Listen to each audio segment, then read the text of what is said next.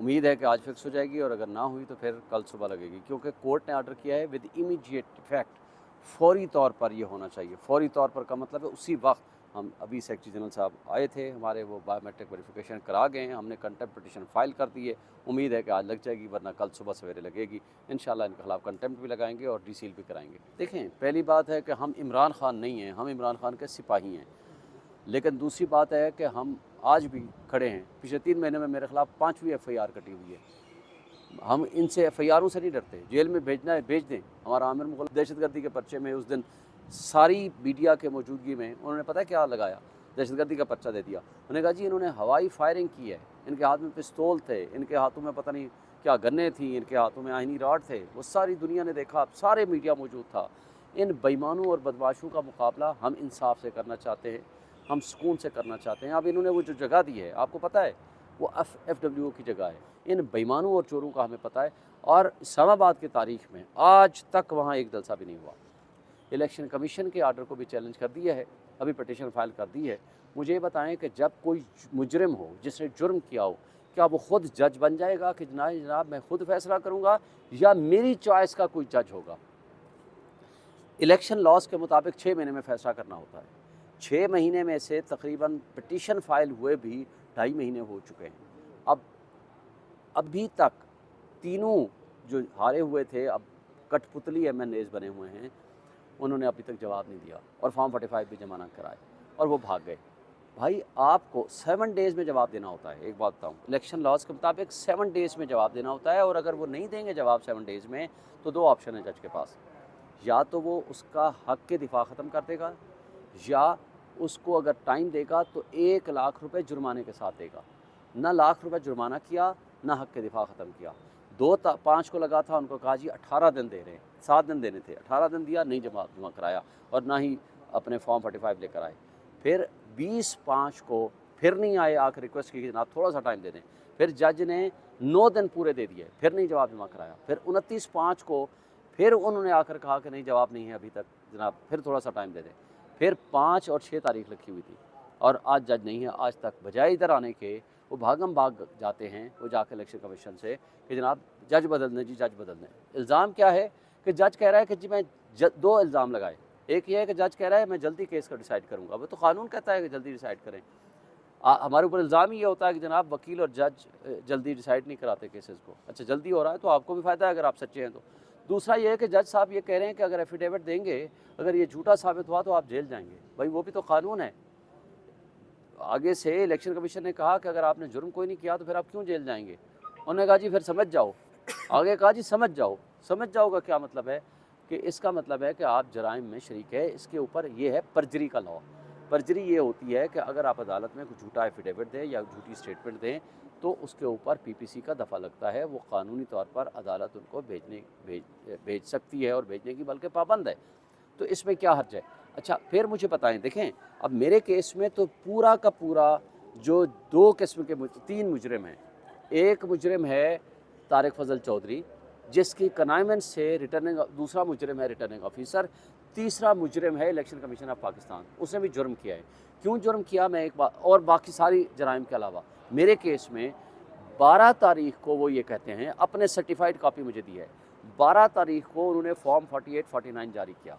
यानी कंसोलिडेशन जो है फॉर्म 48 एंड 49 की होती है, वो किया है 12 तारीख को।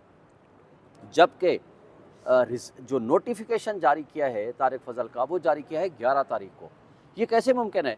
कंसोलिडेशन यानी आपने गिनती और कंसोलिडेशन और वोटों की गिनती की बाद में और नोटिफिकेशन कर दिया पहले, और इसको हाई कोर्ट ने सीरियस नोटिस लिया कि इसका आप जवाब दें। 3 तारीखें हों गुजरने के बावजूद उन्होंने जवाब नहीं दिया। जवाब देने के बजाय कहते हैं कि इस जज को बदली कर लें। तो ये कोई भी मुजरिम जो होता है ना, उसको ये हक नहीं होता कि वो अपनी चॉइस का जज कर ले या ख़ुद जज बन जाए। ये गलत बात है। देखें, इमरान खान ने एक बात कही थी कि मैं इक़्तिदार से बाहर हूँगा ना तो ज़्यादा ख़तरनाक हूँगा। मैं इक़्तिदार से बाहर हूँ, मेरा इक़्तिदार उसको मैं नहीं समझता, वो एक सर्विस समझता हूँ। मैं बाहर हूँ तो ज़्यादा ख़तरनाक हूँ उनके लिए। बात यह है कि मैंने हक सच बोलना है। मैं मैंने हूँ, मैं मैंने ना हूँ। जो बात मैंने बाहर करनी है वही मैंने अंदर उधर जाकर करनी है। मैं इस बात का हल्फ उठाता हूँ आप सबके सामने। मैंने कई दफ़ा चैलेंज किया है तारिक फजल को कि आ जाओ, 2 जगह मैंने बताई हैं, मस्जिद में आ जाओ, शाह फैसल मस्जिद में कई दफ़ा उसको मीडिया की मौजूदगी में मैंने ऑप्शन दिया, आ जाओ फॉर्म 45 ले आओ, तुम सिर्फ कसम उठा लो कि जनाब ये मैं जीता हुआ हूँ, मैं केस वापस ले लूँगा। आज भी आपके ज़रिए चैलेंज दे रहा हूँ। दूसरा, आप प्रेस क्लब में आ जाओ, आ कर के ये सिर्फ बता दो कि जनाब ये है मेरे फॉर्म 45, मैं ऑन ओथ कसम उठाता हूँ जनाब मैं जीता हुआ हूँ, मैं तब भी मैं अपना केस वापस ले लूँगा। तीसरी बात, मैं उनको आज भी कह रहा हूँ, जाएं, छोड़ें ये सारे मुकदमे, आ जाएं हमारे पास किसी जगह, किसी महफिल, किसी प्रोग्राम, किसी मीडिया हाउस के सामने आकर कह दो कि ये है मेरे फॉर्म 45। आपको याद होगा इलेक्शन कमीशन के बाहर इसने आकर प्रेस कॉन्फ्रेंस की थी, फॉर्म का दत्था लेकर आया था। पिछली तारीख में आपको पता है इन्होंने क्या कहा? उन्होंने कहा जिन्हों को फॉर्म 45 होनी ही ना तो फिर वो की करन। फॉर्म 45 मौजूद हैं क्योंकि उनके पास भी वही हैं जो मेरे पास हैं। मेरे हक़ में मुस्तफ़ा खोखर साहब ने भी जवाब जमा करा दिया है, जिसके मुताबिक उसके फॉर्म और मेरे फॉर्म 45 एक है। TLP वालों ने अपना जवाब जमा करा रहे हैं, जिसके मुताबिक उसका भी मुझे कॉपी दे दी है, जिसका कॉपी उसका भी वही है फॉर्म 45 जो मेरे हैं। बात यह है कि कब तक ये भागेंगे, जितना देर ये भाग सकते हैं भागें।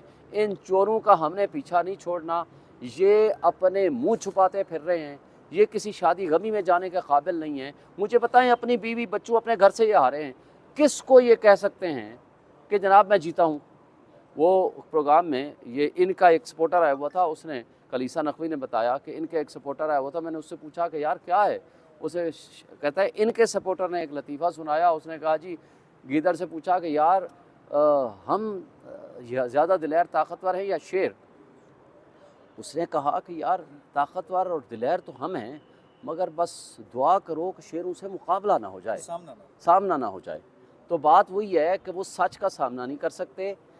जो एक ऑनेस्ट जज है उसके ऊपर आपने इल्ज़ामात लगा दिए, इसलिए उनका वकील उनको छोड़ के भाग गया, सरदार तैमूर असलम, और कहा गया कि जनाब शोएब शाहीन यहाँ का वकील है।